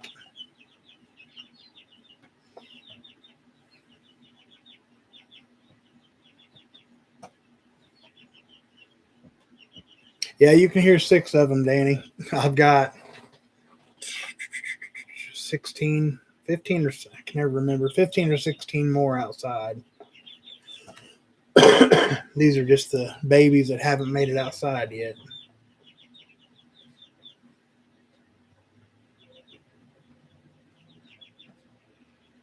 Eggs are $4.50 a dozen in the Carolinas. That is a big boat, Sean.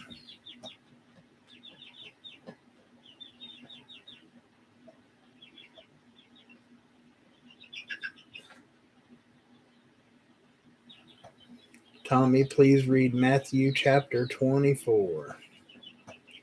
Let's see. Got 20 minutes. Yeah, I can.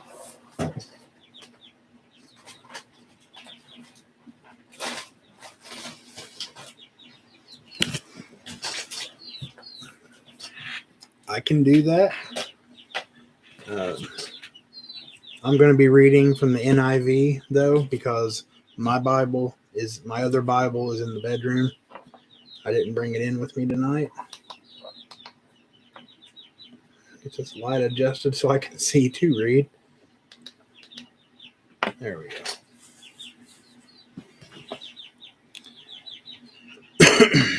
Let's see.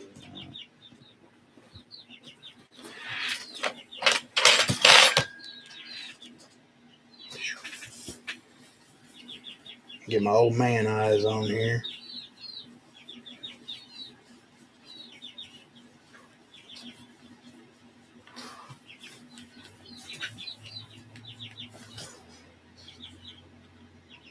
All right. Matthew 24.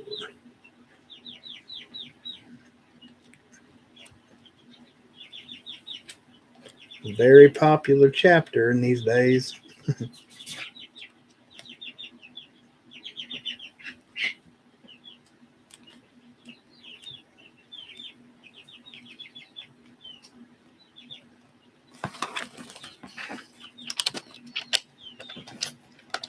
Just a minute.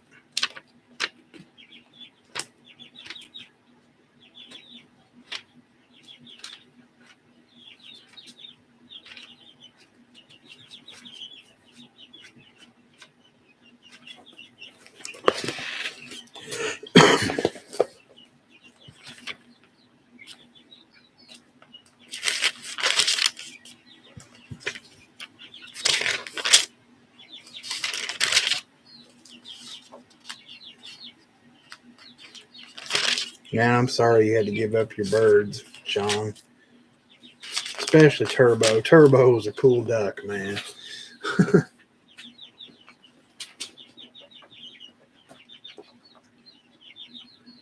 All right, John Mack. Good night, and thank you for being here, and God bless you as well. Be safe out there. Okay. Grab a drink real quick.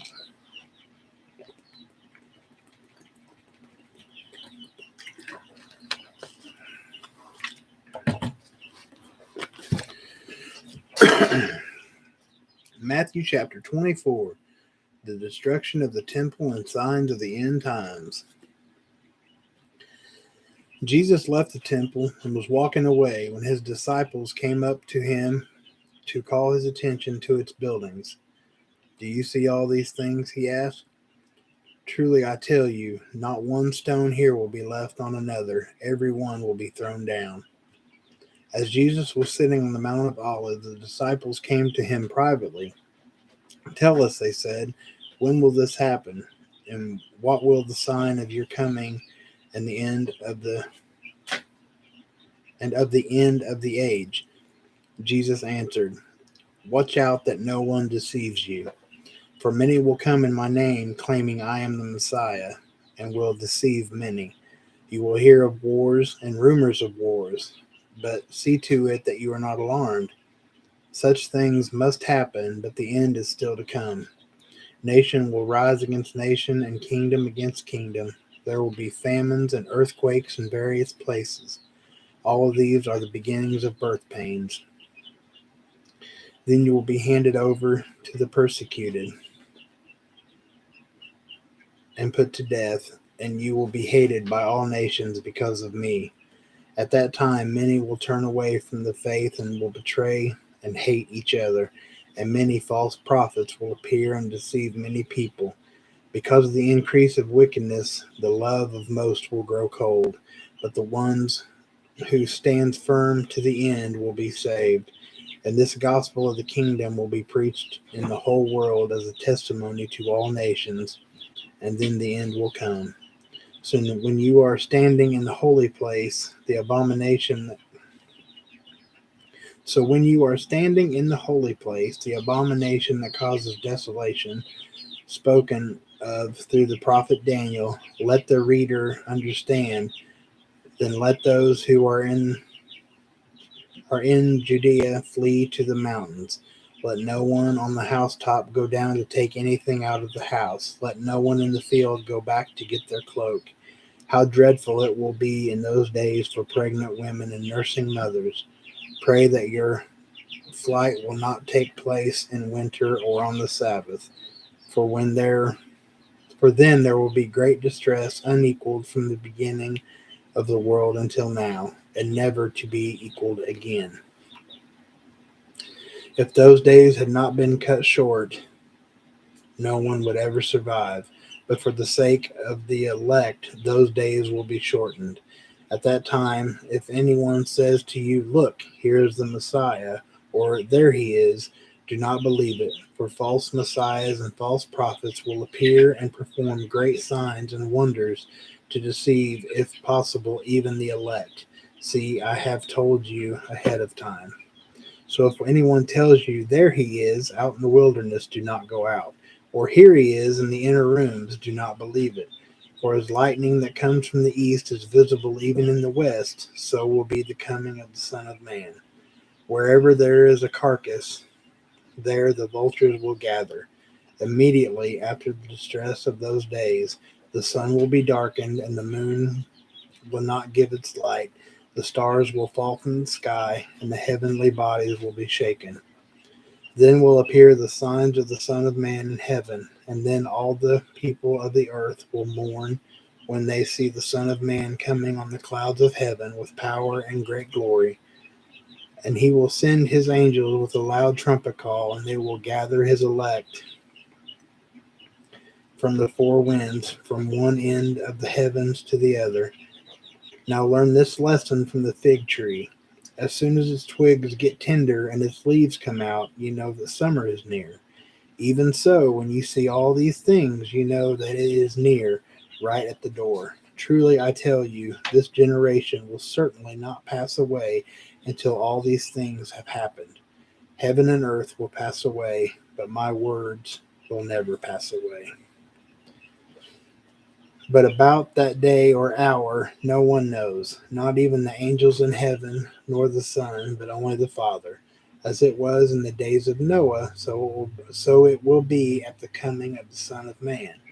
For in the days before the flood, people were eating and drinking, marrying and giving in marriage, up to the day Noah entered the ark. And they knew nothing about what would happen until the flood came and took them all away. That is how it will be at the coming of the Son of Man. 2 men will be in the field, one will be taken, the other left. 2 women will be grinding with a hand mill, one will be taken, the other left. Therefore keep watch, because you do not know on what day your Lord will come. But understand this: if the owner of the house had known what time of night the thief was coming, he would have kept watch and would not have let his house be broken into. So you also must be ready, because the Son of Man will come at an hour when you do not expect him. Who then is the faithful and wise servant whom the master has put in charge of the servants in his household to give them their food at the proper time? It will be good for that servant whose master finds him doing so when he returns. Put him in charge of all his possessions. But suppose that servant is wicked and says to himself, "My master is staying away a long time," and he then begins to beat his fellow servants and to eat and drink with drunkards. The master of the servant will come on a day when he does not expect him, and at an hour he is not aware of.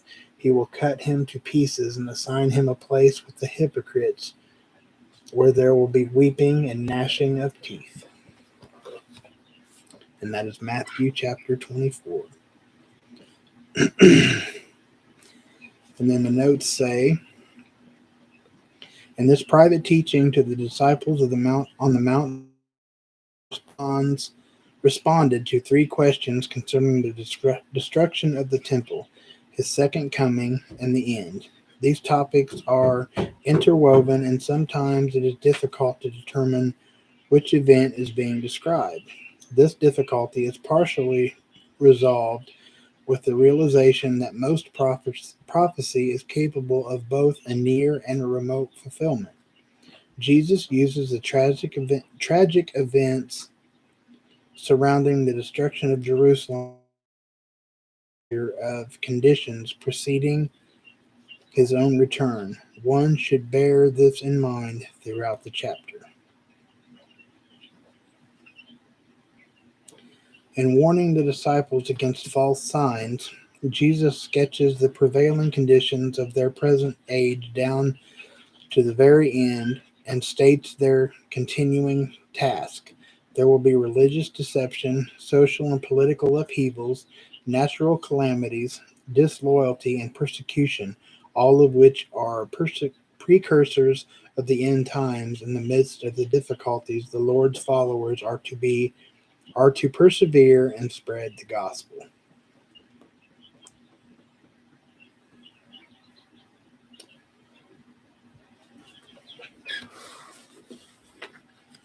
Like I said, that is chapter 20.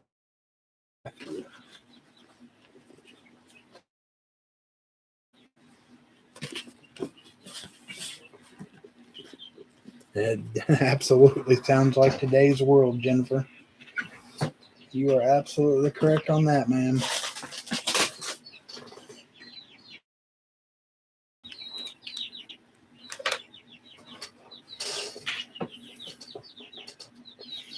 Okay, let's see where we're at here.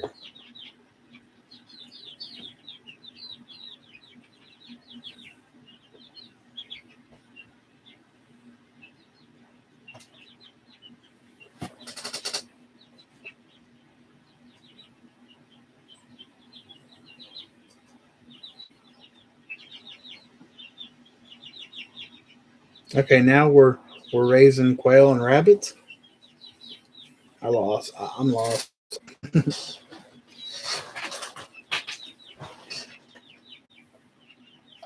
Sound is screwy.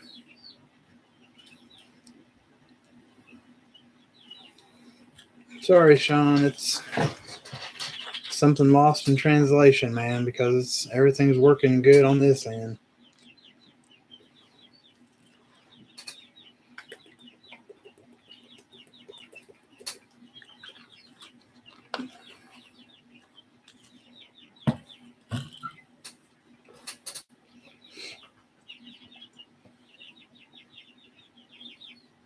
And reading that, the book of Matthew, chapter 24, or Isaiah, chapter 13, 14, the whole book of Revelation.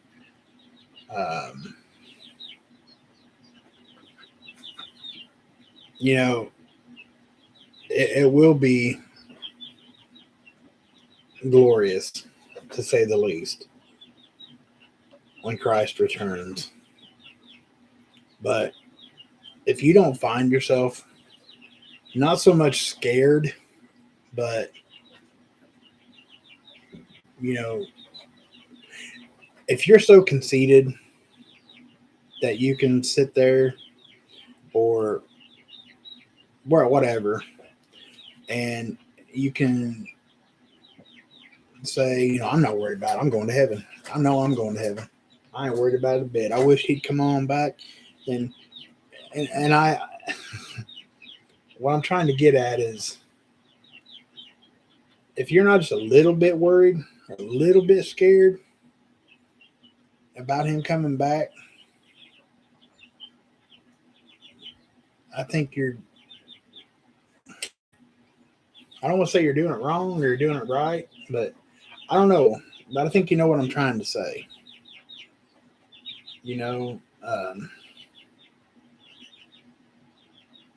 Nobody's perfect.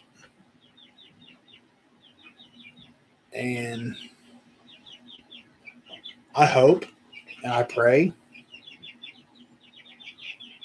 that I'm ready when that day comes. But for somebody, just to sit back and say, I ain't worried about it. I know I'm going to heaven. I think there's going to be a lot of people that think they know that. And when that time comes, I think there's going to be a big awakening.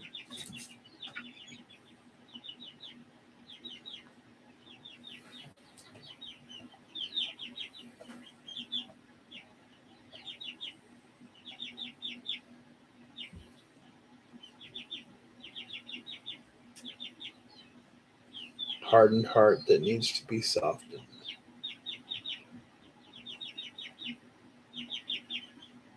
I'm not worried about after I'm doing what I can, the best I can.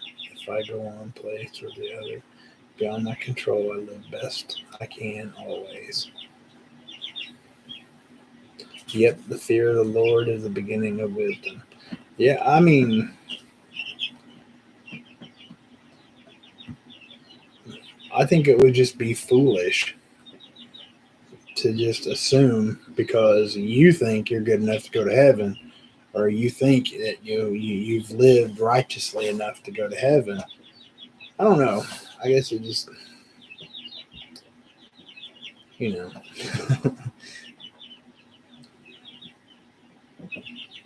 don't believe we've experienced the false prophets yet, at least not like the one referred to in that chapter. I don't either. I really don't either. Hey, Hava, I haven't seen you for a minute. Good to see you. Thank you for being here. Phoenix says, I'm a little scared. I'm scared. I mean, I'm not ashamed to admit it. I know I'm not perfect. I know I've got a lot of room to grow. Like if it was to happen tonight, if you believe in, the pre-rapture and everything, if it was to happen tonight, I don't think I'd go. I mean, or you know what I mean? Not go, not. Now I'm confusing myself. Like if it was to all end tonight, I'm not so sure that I'd go to heaven. And now that terrifies me. But I'm working on it. The same we all have to work on. Because I want to go to heaven without a shadow of a doubt. Absolutely, Chris. Ain't nobody good enough for heaven. Thank you, Lord, for your plan. Absolutely.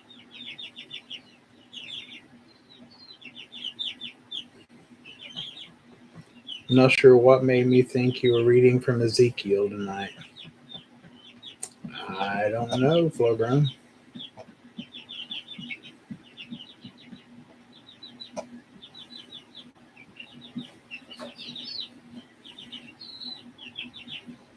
Yes, you would, Tommy. You are saved by grace.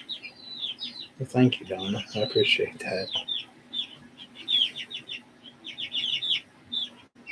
People I feel sorry for are the ones that believe in nothing after death. Yep, absolutely.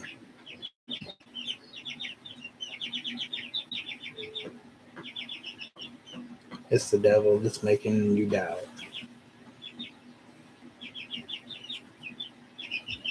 It is what Christ has done for us, not what we have done to earn it. Hi, I haven't seen you in a while. Good to see you.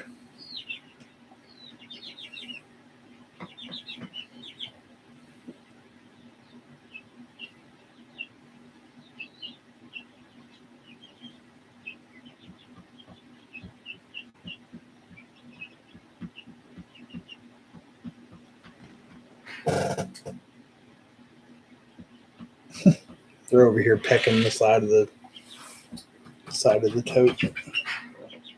It's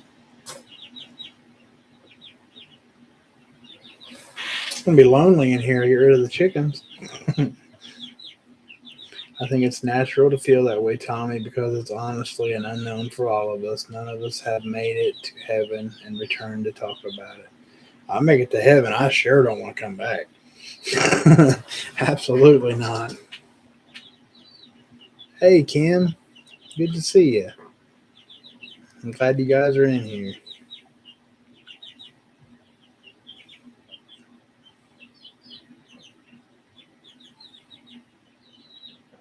Homestead Oz. Good to see you. I hope you guys are doing well. That is awesome to see you guys in here.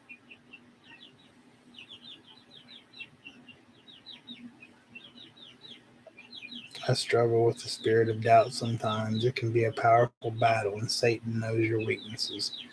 He does, brother, and he plays on them too. I got to remind myself of that a lot.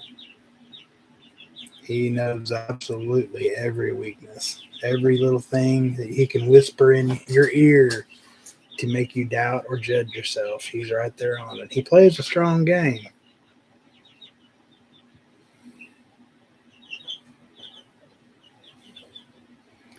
Good to see you too. We're doing great, just canning. That's awesome. And I think I've told you guys before, Kim Fagan and Danny Fagan's in here. Daniel Fagan is the brother that baptized me 4 years ago. Very good family, awesome people, very good people. Him and his wife both, they're absolutely amazing people.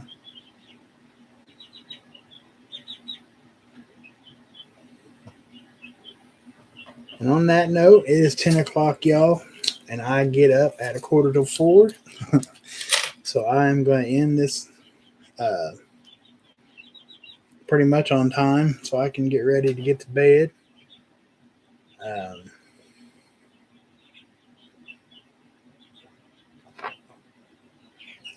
Totally lost my train of thought again. Man, I hate that. That's something I want to say. Oh, well, I guess it wasn't important. But until next Sunday night, unless I drop a video between now and then, there's all kinds of stuff going on, so you never know. I might drop a video. But until next Sunday, you guys keep doing the things because we know it's not going to get any better. Food, I mean, you guys know the spiel. I'm not going to go through it. But just keep doing what you feel in your heart is necessary for you to make it in any kind of event. And till next Sunday, God bless y'all. I love you guys. And be safe.